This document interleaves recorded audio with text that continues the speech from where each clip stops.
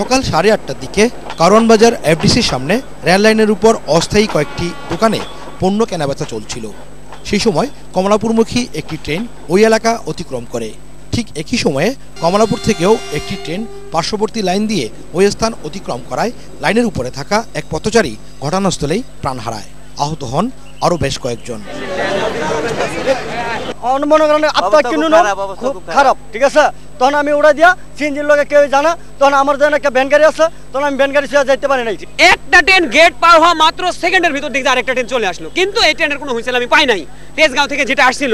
গুরুতর আহত 8 জনকে ঢাকা মেডিকেল কলেজ হাসপাতালে ভর্তি করা হলে চিকিৎসাধীন অবস্থায় 2 জন মারা যায়। ঢাকা রেলওয়ে থানার ভারপ্রাপ্ত কর্মকর্তা আব্দুল মজিদ দুর্ঘটনার জন্য রেল লাইনের উপর মাছের বাজার বসানোকে দায়ী করে বলেন, প্রয়োজনীয় জনবল ও লজিস্টিক সাপোর্টের অভাবে তারা অবৈধ দখলদারদের বিরুদ্ধে ব্যবস্থা নিতে পারছেন না।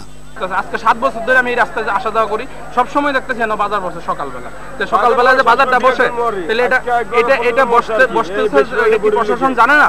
অবশ্যই জানে। এটা প্রশাসনের গাফিলতির কারণেই আজকে এই ঘটনা। GM Taslim, ATN Bangla, Dhaka.